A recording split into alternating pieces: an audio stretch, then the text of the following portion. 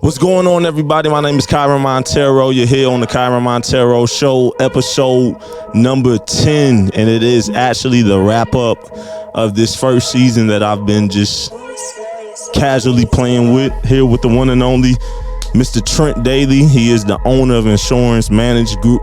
The owner of Insurance Management Group. He is the owner of Grant County Abstract Company and many other things, and we got to give him a round of applause.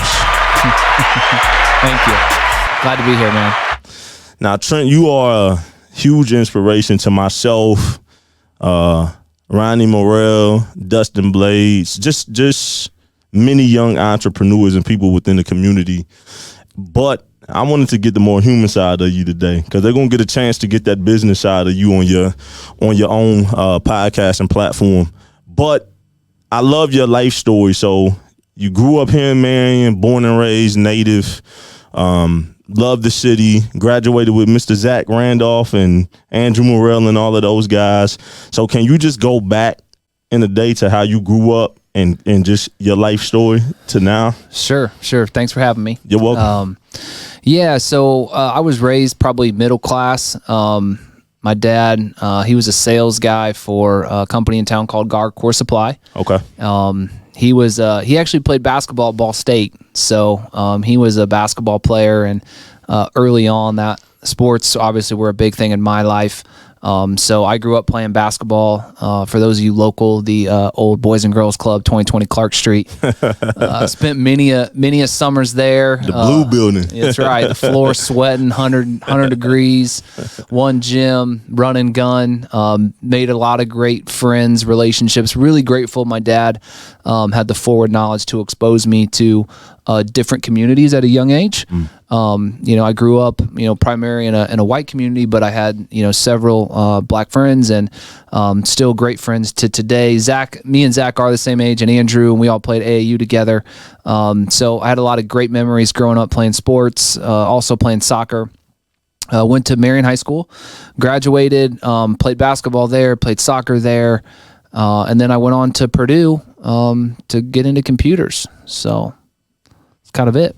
Nice. So that journey of you going to college for technology and then further going on, you worked at Microsoft. Can you kind of tell that journey to how you became a business owner today? Yeah. I think by luck, actually, but nah, not by luck. Definitely not. So I went to school, and I'll be a little more transparent than I probably would with most people, but I went to school and didn't make all the best choices. Joined a fraternity. Grades may have fell a little bit. Missed some classes. Did all those things that you do as a young adult. You get out of the house.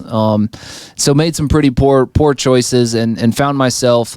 Luckily enough, I ended up with an internship. I was actually at Purdue for 2 years, not doing very well education-wise, needed some maturity in my life. Got an opportunity to do an internship at Microsoft, and after that 3-month stint, they said, "Hey, do you want to stay?" And I'm thinking, man, this would be my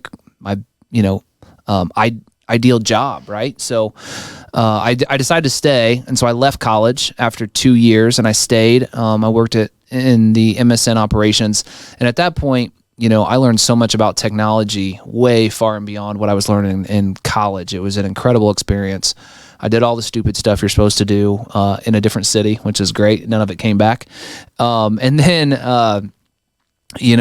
after my wife had moved out there, and we both had kind of decided that we wanted to move back home and be close to family. So I re-enrolled in school, and at that point in time, my technology classes were, I'm not going to say they were a joke, but with the experience I had, I was able to kind of breeze through them, and the maturity I had, I actually knew if I showed up to class, I would actually do pretty good. So started going to class again, graduated in 2007. And at the time, very unique resume with all that experience. I had a lot of different job opportunities, but they were all out of state. Bank of America was in Charlotte, Hewlett-Packard in Cincinnati, Allstate and their business IT department in Northbrook, Illinois were all some of the front runners at the time. And me and my wife just decided we wanted to keep it local. My father-in-law used to joke. He goes, man, it's going to be a really long commute if you take one of those out-of-state jobs. He goes, my grandkids are going to live in Indiana. So a little bit of family pressure as well. But, I ended up starting with IMG. I can go into that story a little bit. I was the previous owner. I actually went to school with his sons, are really good friends of mine. And I'll never forget, he came to Purdue, and we were going to go to a basketball game, and he took me out to dinner with the current president at the time, and he goes, hey, why don't you come work for me? And I was like, doing what? And he's like, well, I bought this insurance agency, and maybe one day you'll perpetuate it. I don't know, but you don't want to go work for corporate America. Come and work for me. And in my mind, I was thinking about it. I'm like, oh, man, okay. And he looked up at me and he said, okay, now that we got that settled, let's eat. So in his mind, he had sealed the deal. He told me he could pay me $20,000 less than my best offer I'd been given. So, me and my wife moved out to the farm where she's from, and we kind of squatted in a little place on the farm that her dad helped us out with so we could kind of get our feet on the ground. So you know what it feels like to have to start bottom of something, because that's, $20K less than your best offer. You probably was thinking like, no way. Well, in my mind, I didn't seal the deal that I was actually going there, but in his mind, I did, and God's great. I was in the right place at the right time. I started my first, job making $40,000 a year, as a sales producer. And so I've been blessed in my life. I wouldn't say I've had a golden spoon, depending on who you talk to. They'd probably argue that a little bit. But I haven't had to really want for anything, but we definitely weren't, upper class. And, my dad was pretty, stern when I was on my own. I was building my own dream and my own mission. So yeah, started living in a house, a 100-year-old house out in the country, making $40,000 a year. Yeah, man. Round of applause to that come up. So that brings you to now. You've owned IMG since 2015. You've been around incredible people, own several businesses. For people who want to start a business right here in Marion, Indiana, or wherever they may be at, what is your advice to entrepreneurs? Because most people are starting from zero and building up. So what is some gems that whatever you feel like you can throw out to challenge and help people? Man, I should probably ask you that question. You got more experience in that. I guess in my experience, I've bought a couple of businesses, so maybe find a business to buy. That's one way of doing it. One of the skill sets that, and one of my mentors helped me out with this. There's several businesses in town that kids aren't coming back to run that are going to be available or need perpetuated. There's several good opportunities. So I'm not saying you could just want to come in and want to buy one, off the jump, but finding the right opportunity and putting in some work there could create an opportunity, because a lot of times, like in my situation, IMG, is there's a way to structure a deal to where the business can kind of buy itself out. So if you know what you're doing, you have the right, skills, this skill sets, and I'd be happy to help people. I would say buying one is a heck of a lot easier than starting one. I have some experience with starting new businesses, but it's really, really hard, and it really depends on, what you're trying to achieve and what service you have. And as you can attest, certain industries are a lot harder than others, Yeah, that is true. Now, one thing I've observed from watching you kind of like distantly and up close at times in the last, maybe year and a half almost since we've connected, is you're big on building culture and adding value to your employees. Now, I won't say any companies, but I've worked in factories / warehouses here in Grant County where there's not a culture, there's not a value on the employees, and I can tell you I absolutely hate it coming to those places. Not just because I wanted to build my own business, but I didn't feel value from the ownership, because in some of these businesses, the owners have been present on the day-to-day grind with everybody else. Why is it so important to build up culture within the top level of ownership, and management? Like, why is that important? Employees are your greatest asset. People are your greatest asset. So the way I view a business, you have all these different assets. Someone might say it's their buildings, but truly employees are your greatest asset. And the way I view business now, and I've said this, a couple of different times, but me as CEO, my role is no more important than any other role out there. So I don't feel like I'm more important than the person answering the phones, or the person, the account manager or the producer. I serve a different purpose. I have a different skill set. But we're all important. And my job is to remove roadblocks to allow other people to do their jobs. And so we're all, if we're flying a plane, you got the pilots, you got the stewardess, you got all the different people, you got the mechanics. Which one's the most important? All of them. And if people don't find value in what they do, they're just not going to be there. And one of the things when I started that is still a goal of mine is when people leave or retire in their career, I want them to look back and say, man, this was the best ride I could have taken. This was one heck of a ride. So the pride in that for me is that we only get one ride in life. You only get one life. And I want people to feel appreciated. I want people to feel valued. And I really feel like that's what business is all about anyways. I mean, back in the olden days, in the biblical days, men used to get together just to kind of share life, right? And I think culture is a word that gets thrown around all the time, like culture this, culture that. Culture is intentionality, building relationships, and serving other people and not yourself. And I think that word gets muddled quite a bit. So So that's the reasoning behind it, but I'd even go further and say, from a business stance, if you take care of your team and you care about your team, it'll probably save you money too. That's the funny part. Like think about how much it costs to hire an employee. Hire, train, all that stuff. Like the amount of money you spend in turnover and hiring employees is just incredible. So you could argue there's a business sense to do it, but the reason why I do it is because I just care about my team, and I think it's why we're here. I think any CEO can learn from you, even if they have 100 times more size of business or money. I think they can learn from you. Pivoting into spirituality, you're a fellow Christian just like I am. How did you find that faith in Jesus? Because you're not ashamed to talk about it openly. Yeah, I was raised Catholic, and I don't want to get into denominations because I don't really care anymore. Nah. But that's how I was raised in a certain way, in a more formal way, and that's not where I go to church now. But, for me, it's God put certain people in my life, and there was a time in my life, probably in my 20 to till the time I had my first kid, where I wasn't walking in faith. And that's why I say that I was Catholic, and then I was pretty much nothing. I was doing all those things you're not supposed to do and finding myself. And then I had my first kid and saw that miracle, and I was like, man. And then since then, it's been a focus of mine. But it really happened when I bought my first business. I was just miserable. I wasn't sleeping. I was stressed out. I didn't know what to do. And one of the vices, I just had some really good men put in my life that helped me live out a life that focused on God first, others second, myself third. So I'm really grateful for the mentorship and the people that were put in my life. And I think we all need that in different areas. And that was an area that at that point in time in my life, I didn't have clarity. So that's great stuff. For people who don't want to be entrepreneurs, because you stressed a lot, business isn't for everybody.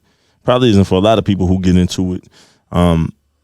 For people making goals or entrepreneurship, job goals, whatever, how important is a plan just for life in general? You know what I mean? Like, it's very important. I say that laughing because my skill set is I don't like to follow plans. I'm more of a cowboy in general. So like I'm an idea guy. I don't like to fall through a ton. Those that know me are laughing right now. I have a lot of people in my life that do love to fall through. So I had to. I'm sorry. No, that's great. But a plan's important. In business, it's super important. I laugh because both me and my wife, neither one of us have that trait of like, we all want to start projects. We got these great ideas, but it's hard to get them finished around the house. So, yeah, a plan's super important. I'm not normally disciplined enough to stick to a a plan, whether that be a diet or anything else. I'm kind of riding the wave, but a plan's important. So for you know me, I'm cowboy. I wish I had a budget. I'm great at setting a vision, and if I can appoint people to make it happen and just be a CEO, boy, I would be. Yeah, I could be a Phil Jackson of that. But the reality is that most of us, we have to be on the ground and have hands in. So for those of us, I'm going to identify as that, who suck at that, I'm just going to be honest. How do you go about getting it? I mean, you have different templates out. You can watch YouTube. You have mentors like yourself. How do we go about developing a plan if that's not our skill set on a micro level? Because I think that's a skill set within itself, in my opinion. I think anyone can develop a plan. It's not like there's a shortage in resources. If you Google how to get a plan, I think the probably the better question to ask is, what are you trying to achieve? Like, what's most important? So we talk about being a business owner or not. Like, man, if someone's most important, I argue with my wife all the time. I said, you have the most important job in the house. It's raising those 4 kids. Like, what is most important? How do you define success? And what are you trying to achieve? We can get any type of software out there to give us buzzes to do this at this time and do this, and we have to grind through it. And to use your term, I remember I hated sales. So on the days that I had to cold call, I go to Starbucks, I get that Trent, is it called the Trent Dailey, the biggest one, Frappuccino, as much sugar and caffeine as I could get to get my body, just to get enough energy and excitement to go out and make those cold calls, because I didn't want to make them. So I think there's ways to actually do those things, but I would say getting clarity on what you're trying to achieve or outcome is probably the most important thing. Okay, round of applause on that. I had to do that. Now let me bring it back to locally, and we're gonna be selfish for a minute. We're both Marion natives here in Marion, Indiana. I don't know from your viewpoint, from your day-to-day life, but from my viewpoint on the ground, I think in the last 3 to 5 years, there is a new sense of urgency for Marion to change. Because if I'm honest, I think it's been stagnant. At least it's felt like that. Growing up here, it felt like even if you didn't stay here, it was a launching pad to get you ready for the world. And I feel like for some years it's been stagnant, but I don't feel like that anymore. You get out, people have a sense of urgency of making it happen. I don't know if we executing it to making it happen, but it at least feels like that. Even being downtown here, it's been great to see beautification, and it seems like Marion, it just has a culture being built up. A lot of people. Sorry for being long-winded. A lot of people, but can you speak on where we're at, how we can move forward? And I'm not talking just business. I'm talking about day-to-day work, because I'm talking about just the community at large. Like, how can we get back to being a city on the move and go to where we've never been? It's a great question, and this is just an opinion, right? I'm not it's a great opinion. I wouldn't say that this should carry a lot of weight with this opinion, but Grant County has an incredible heart.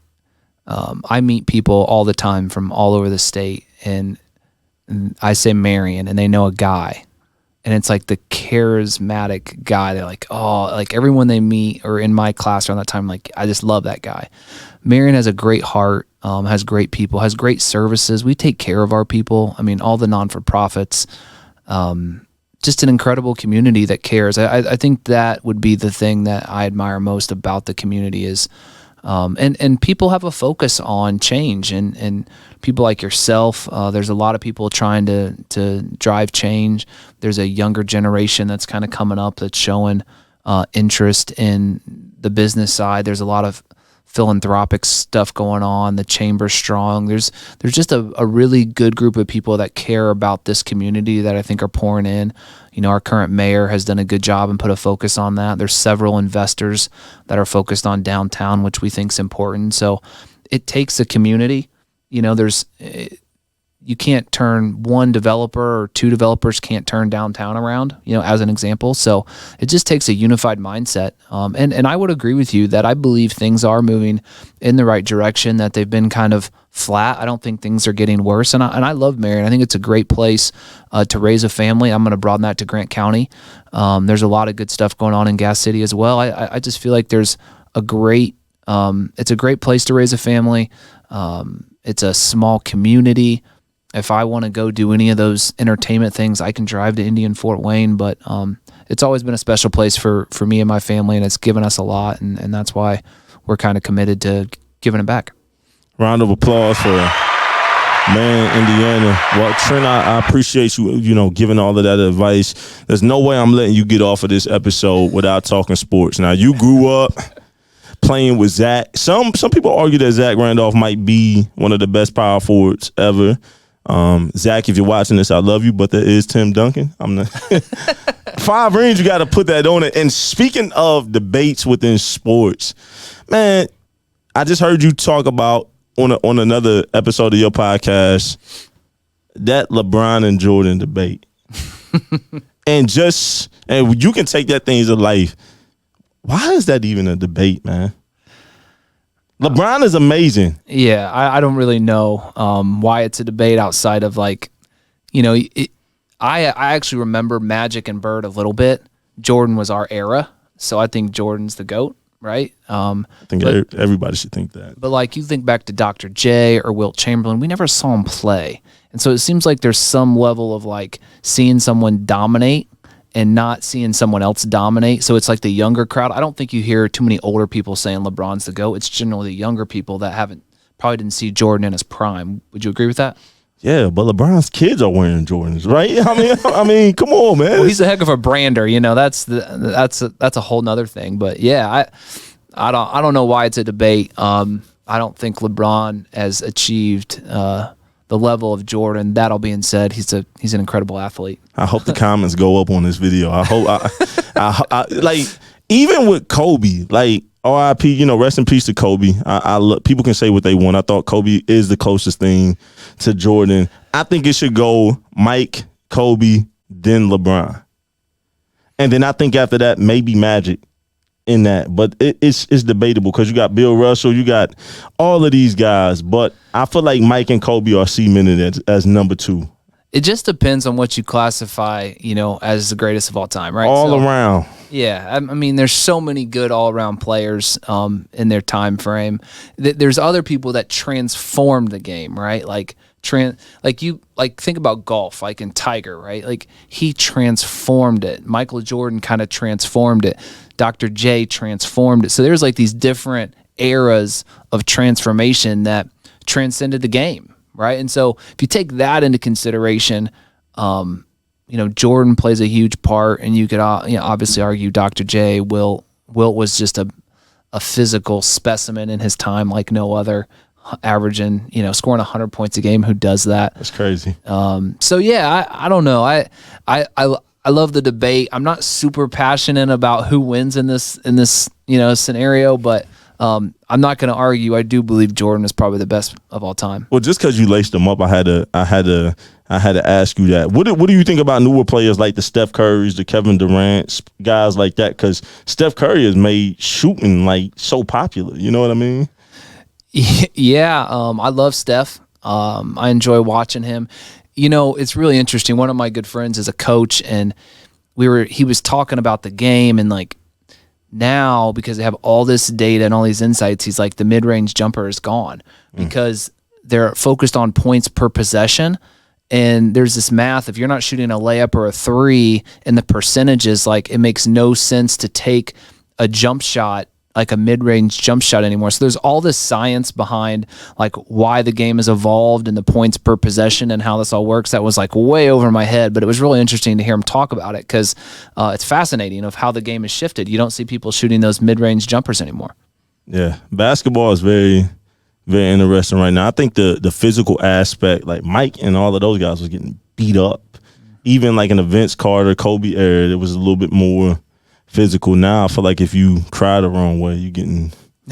I guess if I'm playing a guy $40 million a year, I wouldn't want him getting touched. It's different. Well, it's no different in football. I mean, you can't touch anybody in football. They're getting tackled though. That's. Yeah, but not like they used to. I mean, they used to hit them down. I mean, there's stories of guys with casts on beating them. I mean, they used to just the way they used to hit them and the way they used to grind and try to hurt people. It was a whole different level than what it is now. Yeah. But I do got to hold up real quick. I got to give Zach a shout out. obviously one of my favorite NBA players, getting to play with Zach growing up. I just remember playing with him when he was 10 and 11. He was an alternate on our boys and girls club team. Me and Andrew, our team won state in 10U, and Zach was our alternate because at that age, Zach couldn't dribble and walk at the same time.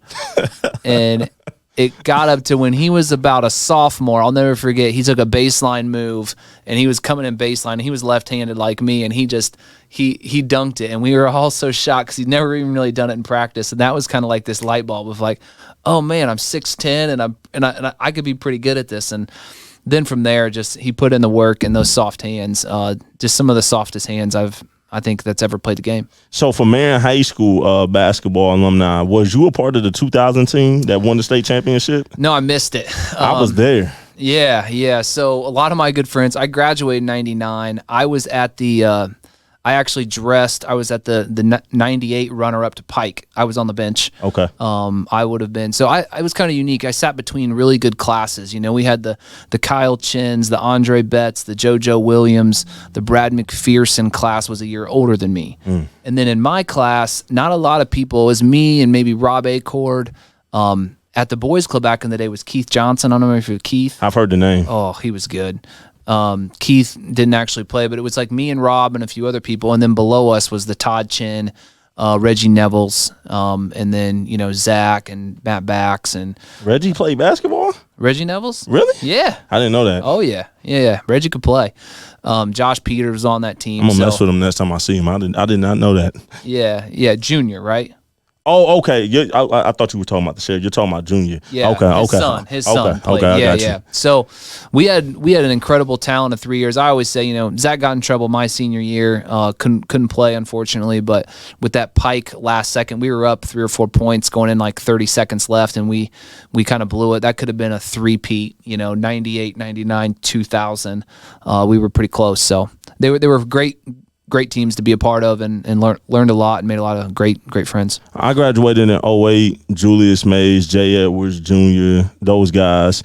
But I will argue that you guys probably had the most legendary time period of Marion High School basketball and just Marion basketball. I mean, you got James Blackman and you got but there's a lot of talented people that played in you guys' era, man, that there was a lot of kids just playing at the boys club. There were a lot of guys that played that never even saw the court that were just phenomenal athletes. And we get to see them in summer league. And it was just, I'll never forget the time we were in Muncie, and Muncie had a little bit more bounce on his floor. And he always used to try to catch alley-oops and dunk. Andre's what, 5'6"? Yeah. And we were at Muncie, and he had never dunked in a game. And he'd always try and practice, and sometimes would get it. The side goals were like 9.5. He could dunk a little bit. And he got on a fast break, and he came off that floor and just flushed it. And James Blackman was actually coaching the JV, and I was on the bench. I mean, people were high-fiving, running. It was the most unbelievable thing I think I've seen in person from someone his size. It was the way he exploded, and it wasn't like just dunked it in. He hammered it. It was pretty cool. Yeah, man. Round of applause to the Marion High School. One more question, man, and then we'll wrap up. For the everyday person, I've had personal conversations with you.